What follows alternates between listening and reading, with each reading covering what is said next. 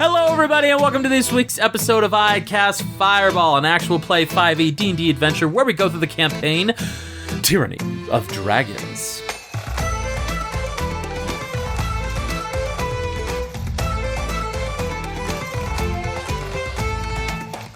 I'm Thomas, your DM for this adventure, and around the table we have... Malamara. Lance Thalen. And Fleeple. Folks, let's see what trouble we can get into on this crazy night. So, last we left our adventurers, some people were dealing with some stuff, and those things could have been pretty deep. Yes, I'm talking about Malamara, dealing with her killing the Gith warrior that had been stalking them, taunting her, and threatening to kill her. But despite this inner turmoil within the group, Leosin had a very important mission for them to infiltrate the secret, or rather, inaccessible catacombs of Candlekeep.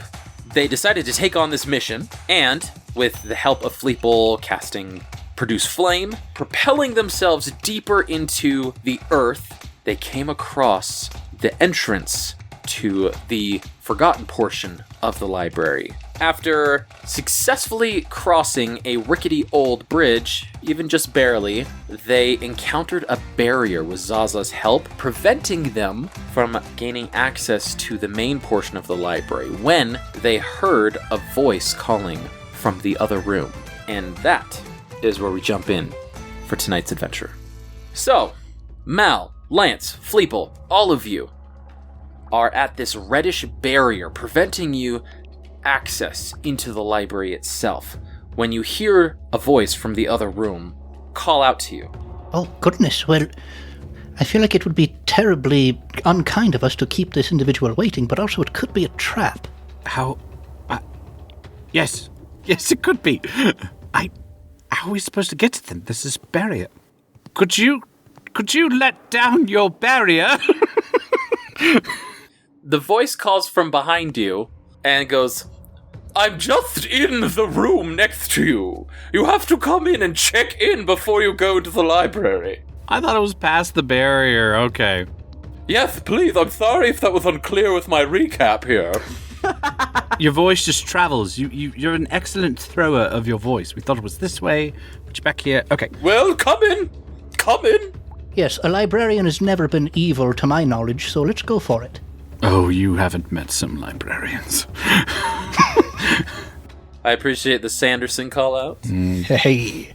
As you enter the check-in room, as this disembodied voice calls out to you, there are a few things to note about this room. It is right by the entrance, and Zaza did scout it out, but for our players, and maybe even for some of our listeners, we'll review. As you enter this room, it appears that it has been untouched by time, which is in stark contrast with some of the other rooms that you've seen in the entrance to this library. Everything in here appears to be in pristine order, even dusted. There are a few tapestries of individuals giving and receiving books, and a few plush chairs that look quite inviting to sit in. And at the far end of this room, there is a very lavish wooden desk that has a few pictures, a closed book, and a quill with a vial of ink. There is a chair behind this desk, but no one appears to be sitting behind it. You said there was a book next to the quill on the table, or just the quill? Yes. So it looks like the table is ready for somebody to open this book, take the quill from the inkwell, and start writing in it. That's how visually it looks. You could enter and start writing, reading, whatever. Can I use my Eldritch Sight to detect magic in this room? Absolutely. As you cast Detect Magic, there is one source in particular that you find, and it is the bright red, very long quill that is currently residing in the inkwell itself. But the book does not ping for magic? Correct. We've already encountered transporting books, so I just wanted to make sure. Mal will inform Fleeple and Lance about the magic quill. Then she wants to go look at that book. She wants to open it and see maybe if there are other names in it, maybe what the last passage was. As you describe to Lance and Fleeple the quill magic being magic in origin, it speaks and goes, well, of course I'm magical. How else do you expect me to survive down here all by myself, with no one to help, aid, and assist me? Oh, goodness. And as the quill starts to, hover out of the inkwell and, shakes a few droplets of ink and goes, Yes, hello. Would you like to check into the library today? Yeah, Fleeple approaches the quill and says, Well, I am not one to turn down an act of kindness, so I would be happy to have you check me into this place. Oh, yes, of course. I'll just need some of your blood. Okay. Oh, no. And for you two over there, what would you like to check into the library as well? As it turns to Lance and turns to Mal, both of you, and just sort of looks back and forth between the two of you. Is there any way to check into the library without drawing blood? Well, I wouldn't say so. I wouldn't say that there is, no. No, you see, I am the purveyor of the, well, maybe not purveyor is the right word, the guardian to the entrance of the library here, and under strict rules and guard that no one is to enter without donating some of their blood, so that if anything nefarious were to occur, we can track them down and we can destroy them. Destroy? Oh yes, very good, very much so. We're very intent about the secrets we keep down here. Do you realize no one's been down here for a very long time? Oh yes, I know. I've gone quite mad. By my reckoning, it's been 83 years, 4 months, 5 days, 6 hours, 7 minutes, and 25-ish seconds. 28. 30. 32. You get the idea. Yes. And so the blood, of course, these orders come from, oh goodness, I can't remember the name of the person who was ordering you to take our blood. Oh, it was from the royal... No, sorry, not royal. I'm getting my stories mixed up there. Apologies. It's from the High Tomb Keeper himself. Yes. Just say, was that was Tome Keeper, not Tomb Keeper, correct? Because that difference is going to really change how I feel about this individual. Yes, it was High Tome, as in a book. Tome Keeper. All right, yes. Okay, I feel a little better about it. What if we were to tell you that the High Tome Keeper is dead? I would say that's pretty far-fetched, because there will always be a High Tome Keeper in Candlekeep. Yeah, but are you sworn to every High Tome Keeper, or just the one who gave you the order last? Oh yes, no, I give myself to a greater good of an organization rather than to a person itself. Really, I serve the position and not the person, if that makes sense. You serve the person, not the position. So if the person's dead... No, the position, not the person. No, now you're getting your stories mixed up, and it wags its feather at you and sort of bops you in the nose. Oh, okay. At this ridiculous back and forth between Lance and a magical talking quill, Malamara will just roll her eyes and approach and just hold out her hand. Oh, good. Yes, let me prepare myself. And as he goes to prepare himself, Fleeple, did you have something to say? Yeah, can I get some insight in on this Quill here? Haha! Excellent choice. Surprise, we're playing D&D. I'd almost forgotten. Yep. Okay, you got this, sport. Okay, yeah, that's pretty decent. That is a 24. Okay. Tight. This quill is preposterous. You don't say. Right? In case you couldn't gather. But as you hear the quill speak, it seems very intent on its orders, but it has a lot of pride in its position currently. It enjoys its job. It enjoys its purpose. And it wants to fulfill that purpose to the greatest extent possible, which is being the gatekeeper, or rather the admittance and checkout individual for this abandoned library. But with a 24, you've been studying this quill the entire time. And when Lance asked if there was any other way to enter without giving blood, the quill hesitated just a little bit. And you don't know why or for what purpose necessarily, but that is what you get. Looking back at Fleeple and Lance with Mal's hand out, she'll just say, I mean, if we're trying to get to the library, it seems like this is the only way, so we might as well. And she'll encourage them to step forward. I think we should talk to this Quill about career choices. Perhaps it might be very difficult for this quill to do its job if it were to be, snapped in twain. At this, the vials that this quill had been pulling out for each of your blood, he's halfway between floating one up onto the desk when all of a sudden he snaps up and goes, "How dare you! You tried to snap me in half, well, I'll snap you in half as quickly as that!" Well, maybe let's see. And I would like to grapple the quill. Okay. You got this, sport.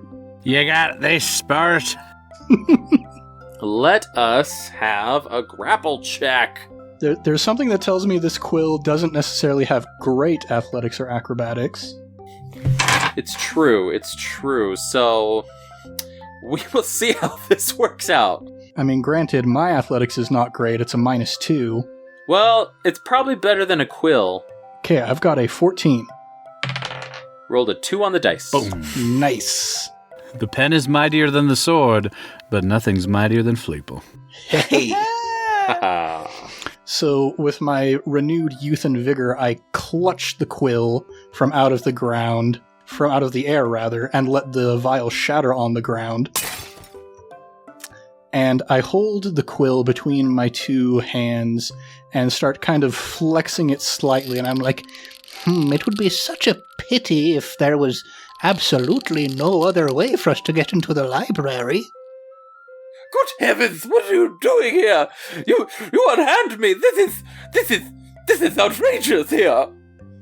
Yes, well, it would be much easier to unhand you if I had just a little bit of assurance that maybe there was a way for us to get in that didn't require the shedding of blood. It's such a barbaric thing, and I bend a little bit. All right. I'll tell you, but please release me. Oh, look at us seeing eye to eye. And I release the quill into the air.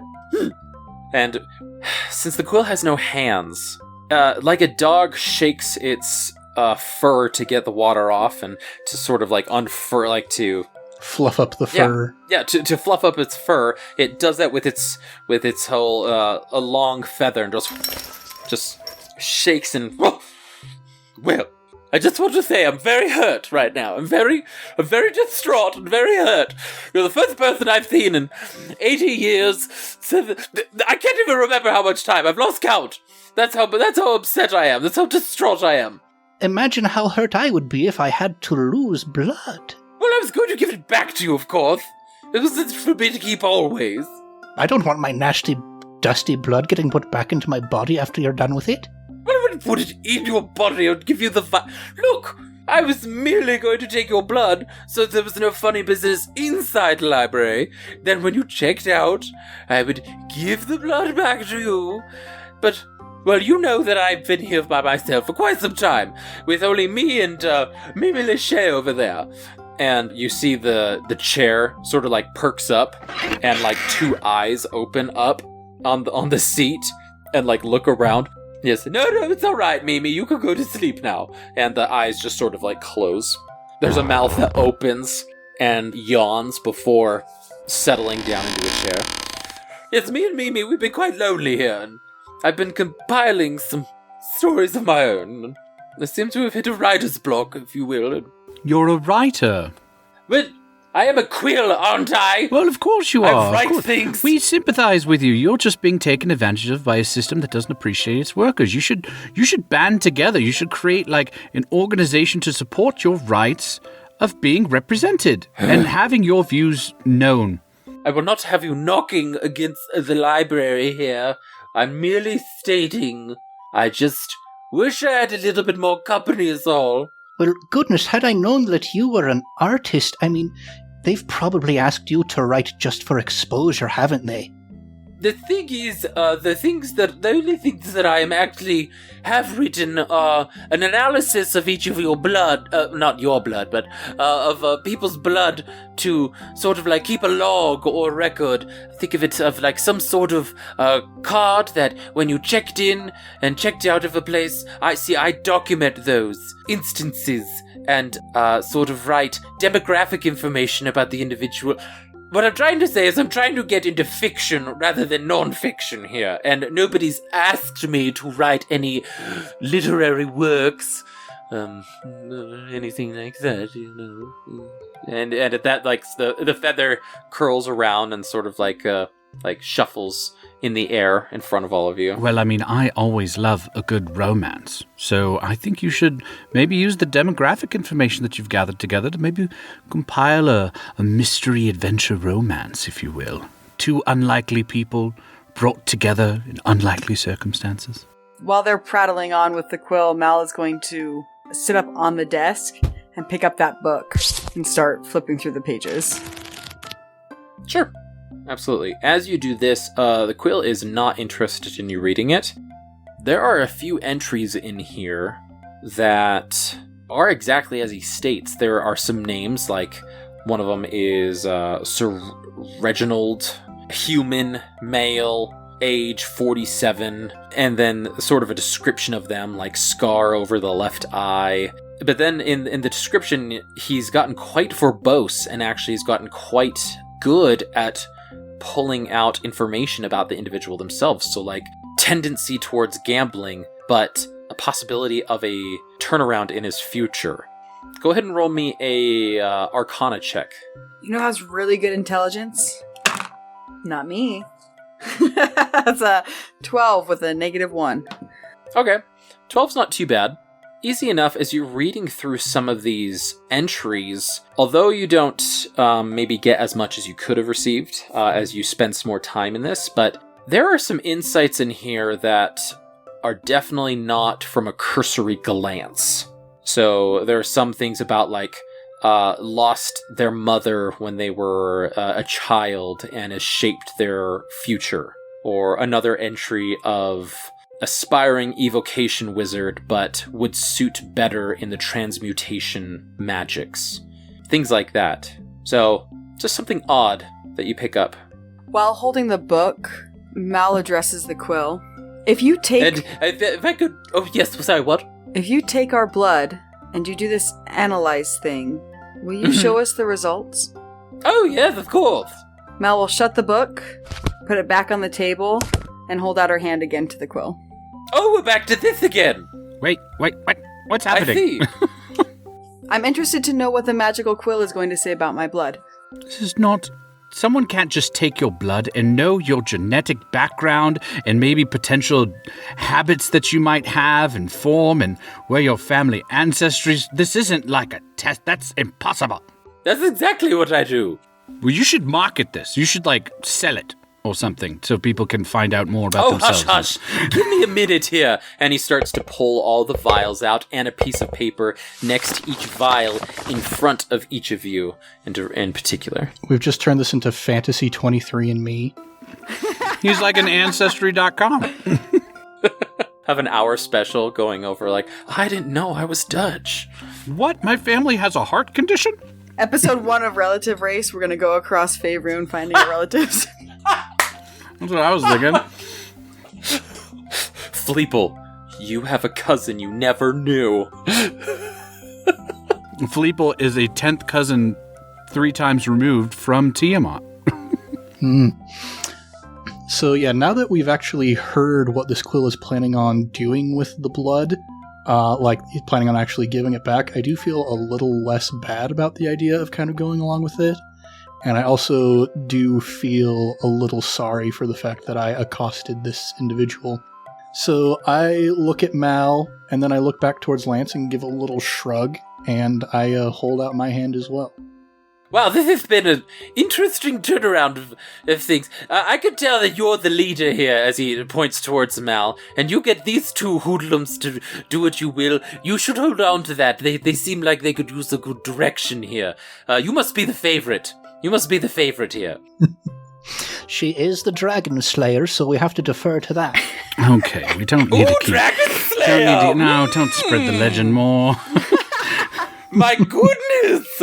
I have to jot that one down. Yes, if you want a story to write, I mean, we've got a dragon slayer right here, and actually I've got... And I reach into my satchel and I pull out some of the more verbose and revolting poetry that Mondath wrote. And I'm like, I've got some scrap paper here. You could just write on the back of these. My goodness! It's been a while since I've had some new material to look at. Yes, please. Let me... Okay, wait. First things first. The job. All right, of course. Yes. As each of you hold out your hands for blood, or rather, Fleeple and Mal, you've stated that you're going to hold your hand out. Lance, are you going to? My hands are crossed for now. Okay. All right, well, at the very least, we'll do these two individuals here, and you could stay behind. I don't know. We'll figure it out. You mentioned another way. Move forward. Yes, of course. Let me do this, and then I'll get to that. So, as Fleeple and Mal, you hold out your hand for your blood to be drawn. The quill hovers over your hand first, Fleeple, and goes, I know we've had our differences in the past, and I want you to know this is not vengeful here. Yes, this is just a business. As soon as he says that, he stabs you in the finger, and it's not, like, excruciating, but he's a sharp quill, so it hurts a little bit. And very professional, he floats over to your vial and dabs, like, a few times, and your drop of blood falls to the bottom of the vial. With Fleeple's blood being deposited in his own vial, Mal, he comes over to you and he goes, and now it's your turn, leader. Favorite, if you will. Yes, anyway, boom, jabs right into your finger. It's a prick to you. You're familiar with this kind of pain. And your blood, a little bit thicker, a little bit larger, floats over to the vial and drops into the vial itself. And Lance, he just glances over in your direction and says, and you are abstaining for the time being, is that right? Yes. Mm-hmm. Lance just stares at the quill.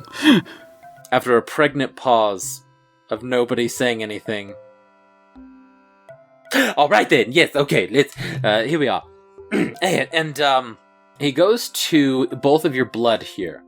And he goes, then let's start with this one right here. And he goes right into Fleeple's. And as he looks at yours, he mutters something and is kind of like talking to himself. Yes. He goes, okay. All right. And he gets real still, and his feather starts to droop towards the vial itself. Blood obtained from patron here now. Examine them, no matter how... Oh my, actually, wow, look at this, it already began. Fleeple, as you look at the vial, your blood begins to change color. And instead of your normal red color, your blood has begun to alter into a bright, shining liquid. At this time, the quill begins to write furiously on the piece of paper, still muttering to himself. Yes, okay, name, Fleeple. Hello, Fleeple. Origination, Southwood. Yes, clan name, Sven. Oh, no, sorry, not Sven. And he scratches that up. Thrikamanaki clan, yes, okay, right. Recently de-aged 10 years. Congratulations, by the way. Thank you. As he looks up to you, he goes by Shank. Occasionally. Yes. You haven't interacted with any deities of late, have you? Well, not to my knowledge. Oh. Are you sure? Just pause it. I guess if it's not to your knowledge, you wouldn't know. Well, I mean, we've got Mal over here, and Mal is pretty impressive, you know. I mean, she is as imposing as a deity herself. But look over here. Before we look over there, Lance, are you doing an insight check? I would like to know. After that was said, I stare over at Fleeple like, what the crap? Are you doing an insight check on Fleeple or on Fleeple? Because Fleeple was like, not to my knowledge. That is a natural 20. With a total of 27. Okay. Fleeple, you are allowed to roll a persuasion or a deception check or share the information freely. Any one of those three options are fine. So Ned has some pretty solid ideas as to the fact that Fleeple probably has recently interacted with a deity, but I don't think Fleeple would in fact be aware of that. So, Lance, this whole situation has put you on red alert with the quill and the blood, and you're like, nope, better not. And so everything is putting you on edge, and you're like, Fleeple! Oh, no, he's good. He checks out. Gotcha. And the quill, drawing your attention to the vial, Fleeple, now, as you look at your blood, you see that it is now giving off a warm and bright light. And with your cobalt daylight sensitivity, you would normally have to put your goggles on. But for some reason, you don't feel any fatigue or pain from this light. As you squint your eyes a little bit to get a better idea, you see that this shine is amplified because your blood has almost turned into pure platinum. Now, I've only seen this shine, usually with those that serve a deity or some sort of higher power or holy calling or what have you. In my time, we had quite a few paladins and clerics come through here, so it's just a shot in the dark is all. So. Oh yes, well I'm not a cleric by trade. I do worship Bahamut, but I've been thinking about maybe dabbling a little bit in the clerical arts. Right, okay. Yes, it could be what we're seeing here. Yes, you might say that me and Bahamut, we're pretty tight. Yes. Well, from this analysis, I would say that you might be tighter than you even realize. So. It's alright, Quill. Many people mistake Fleeple for a cleric. I mean, sometimes even broadcasting it on, social media.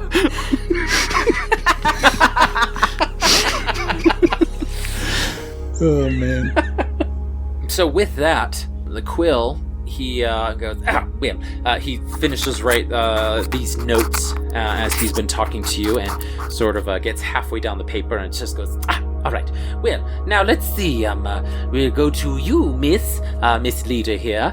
And everyone turns towards Mal's vial.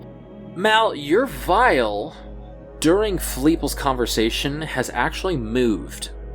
The blood inside your vial, similar to Fleeple's, has changed color, but instead of yours becoming clear, yours has changed into two distinct colors. Part of your vial now contains a pure white liquid that bobs on the calm, undisturbed surface. However, as all of you look at that, seconds later, there is a dark, inky, black liquid that bursts through the surface and fights to envelop and tarnish the pristine white liquid residing on the surface. And it's chaotic, and it moves the vial, and it starts to shake. It doesn't fall over, but it starts to move and wiggle. After a few seconds of this chaotic struggle, however, the black substance submerges to the bottom, and the liquid calms, with the white slowly bobbing and returning to the surface, serene just as it was before. These two colors seem to interact like oil and water, but the darkness seems to have a mind of its own. Now at this, the quill looks up to you and goes, looks like someone is dealing with an internal struggle here. Oh, yes. Oh, I'm writing that joke down. That was quite good, I would say. Yes, of course. And he goes to frantically on a piece of paper, jot this down, and goes, but yes, Malamara, yes, name Malamara, half-orc by origination, from the spine of the north. Well, you're a bit far away from home, aren't you? Yes, of course. Ooh, not good. Deal with the demon here. Is that right here? Mal shuffles uncomfortably. He's asking. She, out of the corner of her eye, kind of glances at Fleeple and Lance, and adjusts her coat more fully around the sword hilt. Looks away. Yes, well, all right. Well, no judgment, but, I wouldn't do that. No judgment. Demon? Is that right? No judgment. Well, if you wanted some information on the astral plane, I can direct you towards our interplanar travel section as well. If that interested you, I assumed because of your Gith sword there. This pen. We need to recruit this pen. We can prick every person we interrogate. We can just prick that person. Yes, you say you've been kind of lonely. Would you like a job? I've been known to employ people before. We have very good benefits. Oh, no, I have a job. We'll give you time off to write your stories. I've had 80 years worth of time off to write stories already, so I think I'm pretty good, actually. Yes. But you elf, you for sure don't want to get your blood. I told you, I'm sorry. I told you I would tell you the other option. Here I go, running my mouth, my quill, if you will. I'm writing that. No, okay, sorry. The other way, which now I realize since we've all been speaking to each other is kind of embarrassing to admit, but... and he sort of like wraps the feather around himself again, and he goes, well, you know I've been quite by myself here, and I have had writer's block, and well, if someone provided me with adequate inspiration, I feel that I could let the rules slide just this one time and allow you to enter and partake of the spoils within if you to enter the library is what I'm trying to say. So the way we get in is to inspire you. Well, I don't do it for everybody, but it has been 80 years since someone has come by, so I don't know. I don't want to wait another 80 years for some additional inspiration, if you will. I look at Malin. Where's your bard? Where's your bard? Not a bard. How are we to inspire you? With a story? What do you want here? I mean, I will take a story, and he pulls out a new sheet of paper and sort of like just sets himself down at the top. The feather, like, if a feather could look expectantly, then he would. Or we could do the blood thing. I mean, I don't have to. And he starts to put the paper away. It was just something. It was just an idea. It was just, we don't have to do this. What paper does he write this all down on in the book? Oh, it's just this is a new sheet of paper. It's not in the book itself. And it's a good thing to know. All of the jokes that he's been jotting down are actually on a separate piece of paper. It's not in the book itself. Oh, man. What does Lance want to do? I'll tell you a story. All right. He slowly, like, the piece of paper slowly floats over to him again as he's waiting. Just give me a second. Well, while Lance is taking a moment to compose himself and his story, Mal addresses the quill again. Does the book say anything else about me or about what happened with that interaction? I'm sorry, you were talking about my analysis in particular, or what specific part of your life, or was there anything else? Well, is there anything you wish to know? I mean, I had gotten everything I needed necessarily, but is there anything you were looking for, hoping for, wanting? No, I just was curious if what it said. Some of the other posts seemed really intricate and very in depth, and so I was curious if there was anything else. But I was just curious what it would say.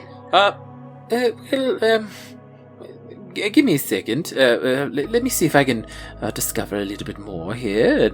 And he floats over to your vial again, and he takes a look at it and goes, let's see here.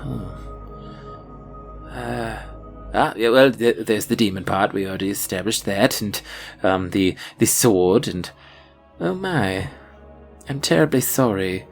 Your family, I've never been one for tragedies, but yours seems to be dotted and fraught with it. I can tell you that your father's still alive. Not that you maybe not care to know that. And with the quill, sort of like the feathers ruffle up a little bit and it gets closer and goes, "You had a brother." Had? This is real odd. Well, no, this is really odd. I can't see if they're alive or if they've passed. And usually I can see things like that. I could usually... For some reason, that particular aspect of your life is hidden from me. Mal will close her eyes and sigh and kind of nod that acknowledgement. It's hidden from me too. I was hoping... You know what? It doesn't matter. Lance, are you ready to inspire this Quill here? Lance is really sweating it out right now. Yes, just... You want me to give you a story for inspiration, is that it? That was what I requested, yes. Alright. I will give you a story. There is a legend in a city of Faerun of an impeccable thief. One who is never seen, never heard, sometimes felt, if wronged in any way. A thief that would prey on those who viewed themselves higher than others. There's a famous story of a nobleman who would take advantage of his servants by making them work hard, promising them extra pay, and then sending them on an errand and locking them out at night. Well, one day, that nobleman, hoarding his treasure because he wouldn't pay those employees he locked out, was putting on a ball, if you will. As he was putting on the ball, he would notice this little insignificant servant boy, someone who kept fumbling around, kept spilling drinks on his guests and dropping food, and he was irate. This was not the help that he would pretend to hire, and so he sought that boy out. But every time he got close, somehow that boy would be gone. So all night he would chase and chase and chase until finally he spotted the boy going out the front door, and he ran up to that servant. How dare he berate and degrade his house by such clumsy foolery? And as he went to grab at the boy, it wasn't a boy at all, but a very small, spry, smiling elf. And that was one of the last things he saw. All of a sudden, blacked out. And as his eyes roused, he saw that boy laughing and running away. And standing over him was the only mention of this famous thief that had ever been seen. Knife held to his eyes, this thief whispered to him and said, "If you ever come after me or my brother again, you'll see me one last time, and that'll be the only thing you'll ever see." And he couldn't see her face, only the color yellow. And forevermore that thief was known by Yellow, and no one ever saw her after that. And still to this day, nobles of the cities of Faerun hide their goods, and whenever they spot Yellow, they shudder in fear. Inspired? And as the silence hangs in the air, the only sound coming from the Quill furiously writing every word that you're saying, 3 pages full now, interrupted occasionally by the snoring of Mimi Lachey next to you. The Quill finally finishes a paper, sets it back on the stack, and goes, "Well, I just think that's unfair. You're not even a budding writer, and that is way better than the 500 pages that I have written of my own volition here. So, not only have you inspired me, but you have also encouraged me to do better, shall you say. So, bravo! Bravo! And the feather starts to clap with 2 portions of itself and says, "Well, I say that is a worthy story to gain admittance in here. Here. And, I can tell you have some bard in you, as well, perhaps. Maybe in another life. Maybe, perhaps. We'll see. Imminent. Well, with that in mind, I will, grant you access. Poof, you've got it. There it is. Done." Quill, could you point us to the religion or the dragon section, perchance, of the library? Oh, yes, of course. The draconic section, you'll want to head to the northeast portion of the library. You can't miss it. There's a huge draconic relief, symbology, everything in there. So it's really quite easy to spot once you find it. If you question whether or not you're there, you're not there. But if you're like, oh, I'm here at the draconic section, yeah, you're there. It's pretty clear. And the religion? Oh, what type of religion are you speaking of? Draconic religion? Anybody else have better notes than I do about it? My notes say look in the religion or dragon section. Does anybody else have something different? It was that. Yes, that's what I had. Mm-hmm. Oh, yes, for the organized religion, that's going to be on the northwest side of the library. So you have northeast for dragons, northwest religion. It's very quiet in there. So if you're like, oh, it's too loud in here, you're probably not there. But if you're like, wow, it is like pretty quiet here, you're probably in the religion section. I never went there myself. I found it quite boring. Well, perhaps I'm thinking we didn't expect that we were going to have a person here who understood the sort of inner workings of this place. So yes, people forget me quite a bit. So maybe we could just get right to the point. Do you know if there's anything in there about the cult of the dragon? I have not read those texts, but I'm sure there are. I didn't really... To be honest, dragons bore me, and I got all my dragon knowledge from Mirin herself anyway, so I didn't feel like I had to go in and read about that. Now that you'd mention, actually, Mirin did describe to me a little bit. She did speak about the cult and how she bamboozled them into giving her a lot of gold before she ate them all up. That was quite funny, actually. I've got it in my page full of jokes. Yes, so. and Mirin, Mirin kind of spectral looking, maybe once a physical dragon, but now a ghost dragon. Okay, yes. Yes, that's the one. You've heard of her, I see. It's quite a shame actually, because she had such amazing stories. I love her. She was such a delight. We would definitely. We would get together. We were actually a pair in bridge. It was quite fun. But we would destroy any of the keepers that would come down here. Not physically, of course, just in the game. Although she did actually eat some of them at one point, which is probably why nobody's down here. No, but she's great. I love her. She's wonderful. It's just a shame I can't see her anymore because of that barrier right there, and I can't cross it, and she can't cross it, and so it's like I've lost a friend because I have. Oh, that is terrible. Where does Mirin hang out these days? Oh, well, she just kind of floats around, but I honestly wouldn't be. If you're worried about running into her, don't. I mean, she's great. She's wonderful. She's a great conversationalist, and by near the end anyway, she was like pretty much always asleep, and the only time she ever would really wake up is like when the library was in imminent danger. There were a few times I saw her when it wasn't in danger, and I had to be like, "Hey, Mirin, we've got a bridge game, why don't you?" And then she just would float away, and I go, "Okay, next time." So I wouldn't worry too much about her. I don't think she's awake or anything, but... You seem quite knowledgeable of the library beyond the barrier. What is stopping you from crossing the barrier? Oh, magic. Let me rephrase my question.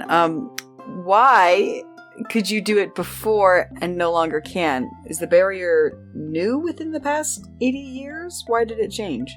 Oh no, just the last couple hundred when Mirin started eating people and really causing havoc and reinterpreting what it meant that the Candlekeep was in danger and things like that. So it was really just a matter of she had to stay on that side of the barrier, and I was put in charge of making sure of still allowing people to go in, in case they wanted to go get those books, but I guess they never did because everybody kept getting eaten. But you guys are probably fine. I mean, she's probably asleep, though.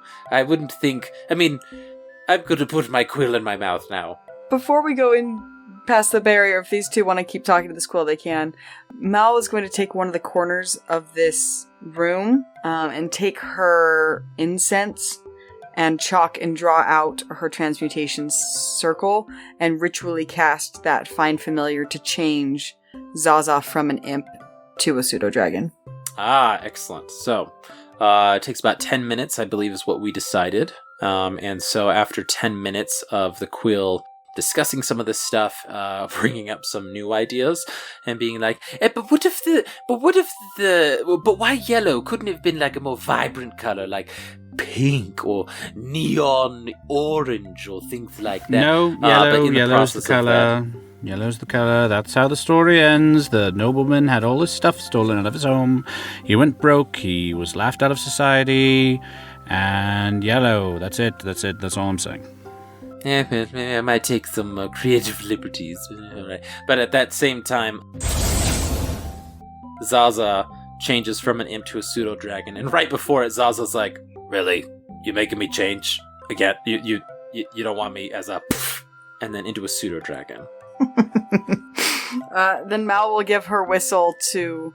It's a come command. So that Zaza comes from the floor and wraps around her shoulders. Excellent. And the quill goes, well, if you don't have any other questions, I'd really like to get back to writing here. If there's anything else I can have answer, you don't want your blood looked at all, elf? No? Of course not. No. You said that, of course. Don't push. Don't push, Quilly. Don't push. Anyway, well, ta-ta, and I'll be here if you need me. Yes, of course. And is that your name, by the way, Quilly? That's what I call myself. Most people just call me the Quill, but it just seemed a lot when I was talking to myself, so I just call myself Quilly. So it's not short for like Quillium or anything like that? No, but maybe I could... Ooh. I mean, you need a writer's name. Interesting idea. If you're going to be publishing, people will need to know who to attribute the story to. Ooh, Quillium. Could be my pen name, or my quill name, if you will. You should write that one down in your list of jokes. Yeah. I don't know if it's worthy of one of those jokes, but maybe when I reflect on it, yes. Well, you have been of a great amount of service to us, and given us a lot to think about. But thank you for everything that you've done. Excellent. And with that, it just turns away, goes to some pages, and starts scribbling on the table. Yes. And yellow, question mark. We'll go with it. But you are left to yourselves, and you are welcome to cross through the barrier. As we're exiting out of the room, Lance is going to turn back to the quill to just like have a real brief private conversation and whisper to Quilly as they're like riding furiously, if you tell that story to anyone else, I will come back here and not only snap you, but rip the stuffing out of your chair. Got it? Go and roll an intimidation check. Not very good at those. But that's another natural 20. Yeah, it is! Dang! But with a -1, this is 19. 19. Quilly, the quill or Quillium, sort of looks at you, and you can see this like gulp reverberating through the quill, like from top to bottom. Goes, perhaps I'll just set that one off to the side and go back to my political Civil War romance that I've got going. I'll take the papers if you don't mind. I inspired you. I never said anything about keeping the story. Yes, of course. All right. You can take them, I suppose. I will snatch up the papers that he wrote my story on. Excellent. As you walk out and go through the barrier, you are able to move through the barrier itself. As each of you walk through the barrier, there's a tight, winding passage that you have to go a little bit distance, not too far, but about 60 to 100 feet. And as you keep walking through this corridor, you are first greeted with the sound of soft running water. Soon after, you are greeted also with a growing light. And as you make your final turn around this turning corridor and on this winding path, you are greeted with with an odd sight. This path opens where you no longer have to crowd. And beside you there is a stone railing that is built directly into the ground that you can put your hand on. And this railing continues to wind in a casual manner for a good 150 feet. This railing seems to be highlighting a major attraction of this library, which appears to be an underground garden. Below you, below this railing, some 60 feet, there appears to be a large garden gathering area that is brightly lit by a giant glowing orb that is fixed to the ceiling of this portion of the cave. This orb is radiating natural sunlight, allowing the plants and fauna to grow unhindered here. And you can physically feel the heat coming off the orb as if you were outside. And Fleeple, you have to put your sunglasses on to avoid shying away from the sight due to your light sensitivity.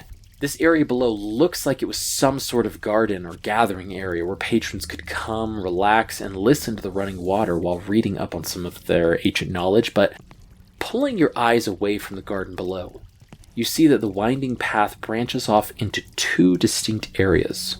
Directly after you have entered this open area, there is a similar winding path leading eastward that curves out of sight in a direction that you haven't headed towards yet.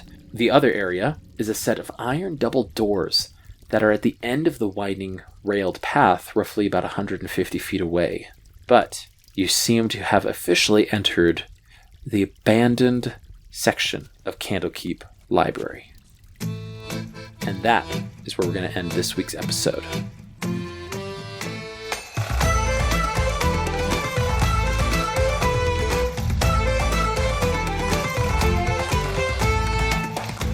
Oh, man. Cool stuff. Man, finally Quilly. starting to peel back the scarf a little bit. Yeah, we are. Sorry, that Yeah, story we was are. so long-winded. I apologize for that. Not at all. No, take your time. If you ask me, yeah, it wasn't part of the long-winded game. enough because I still have too many questions. I have so many questions. Mostly because I apparently was not listening to pronouns until the very end of the story, and I have like arrows in my notes about things. Well, I knew that Lance would have a hard time giving up his blood, if at all, but I didn't expect Fleeple to be like, I'm gonna snap this not Quill. so sure about. Let's just, destroy this animate object. Seriously. Well, we made Oh, amends by man. the end. Me and Quilly were tight now. Yep. We're tight. Now, Quilliam. me and Quilly are Quilliam. not tight. Well, the role reversals that everybody could see coming, but what a wonderful episode, and now we will get to explore the depths of Candlekeep even further on our next episode. Well, everybody, especially my players and all of you listening out there, thank you so much for joining us on this week's episode of I Cast Fireball. As always, we hope you've enjoyed listening as much as we have enjoyed playing and exploring, apparently, Mad Hatter accents and voices. That was somewhat unintentional, but there you have it. Well, for wherever you get your podcast from, please leave us a review. It helps boost our ratings throughout each podcast service, puts us in other people's recommended feeds, and lets us know that you like what you're doing. If you want to write something a little bit longer than a review, you could also shoot us an email at icastfireball2020@gmail.com, or follow us at icastfireball20 on Twitter and Instagram, and shout us out there with the hashtag #ICastFireball. We'd love to hear from all of you, and we're hoping to get the word out there and, as always, set this podcast on fire. Folks, we've had some other people leave us some reviews, and so I wanted to shout them out here. First off, we've got No Namek Needed.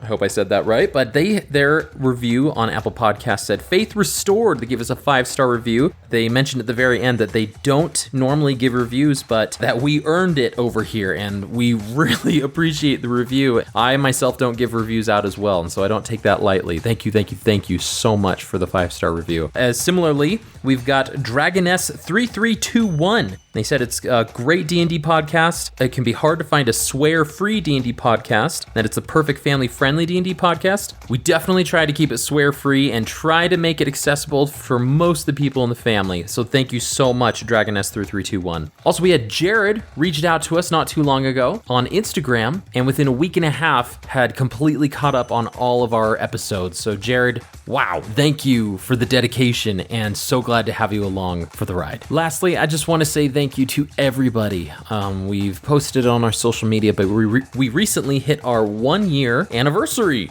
We started releasing episodes on May 5th of 2021, and within that 1 year, all of you helped us reach 11,000 downloads within our first year, which is staggering, mind-blowing, and completely took us off guard. But we are just humbled and grateful that you would spend the time with us and that you would share with your friends as well. So thank you again so terribly much.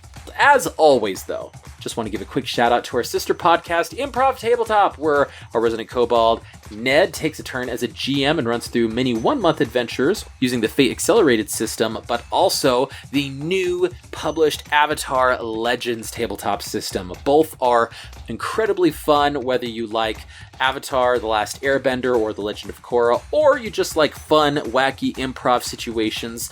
You should definitely give them a listen, and don't forget to leave them a 5-star review as well. Lastly, like, subscribe, and share with your friends and fellow wacky adventurers. But until next time, I am Thomas, your DM, and around the table we have... Malamara. Lance Thalen. And Fleeple. Let's keep that fire going, and we'll see you all next time.